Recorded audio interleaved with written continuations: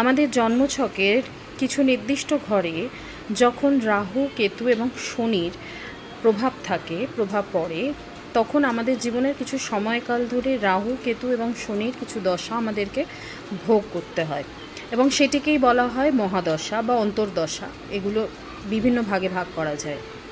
তো আজকে যে বিষয়টা নিয়ে আলোচনা করব সেটা হচ্ছে রাহুর মহাদশা। রাহুর মহাদশায় সাধারণত আমরা যে লক্ষণগুলি দেখতে পাই সেটি হচ্ছে যে একটা কনফিউশন, মানে রাহু সবসময় আমাদের জীবনে একটা ইলিউশনের তৈরি করে। আপনি সারাক্ষণ কনফিউজড থাকবেন, আপনি ঠিকভাবে জীবনে সিদ্ধান্ত নিতে পারবেন না, অ্যাগ্রেসিভনেস আপনার মধ্যে প্রচুর বেড়ে যাবে এবং অ্যাগ্রেসিভনেস এতটাই বেড়ে যাবে যে আপনার পরিবারের বাকি সদস্যদেরও সেটা কিন্তু প্রভাবিত করতে পারে। তো রাহুর এই মহাদশায় আমরা সাধারণত জীবনে এমন কিছু ভুল সিদ্ধান্ত নিয়ে ফেলি যেটার জন্য আমাদের পরে রিগ্রেট করতে হয় এবং আমরা কিন্তু তার ফলও ভোগ করি। এই মহাদশা সাধারণত 18 বছর স্থায়ী হয় এবং এই 18 বছর কিন্তু আমাদের জীবনের একটা বিশাল বড় প্রভাব ফেলে।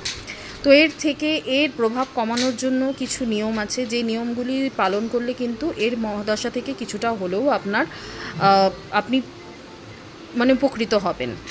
তো তার জন্য কি করতে হবে? প্রথমেই যে নিয়মটি হবে সেটি হবে, আপনি আপনার ঘরের বাস্তুর যে বাথরুম আছে সেই বাথরুমকে একদমই সবসময় ক্লিন রাখার চেষ্টা করবেন।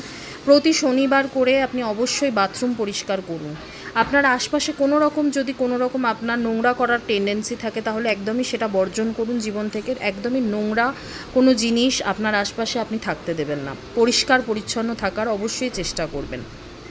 আরেকটি হচ্ছে যে 108 বার করে 40 দিন আপনি প্রতি শনিবার করে ওম রাম রাহবায় নমঃ বলে এই মন্ত্রটি জপ করুন। অবশ্যই ফল পাবেন এবং রাহুর প্রকোপ থেকে যেটা আপনাকে মেন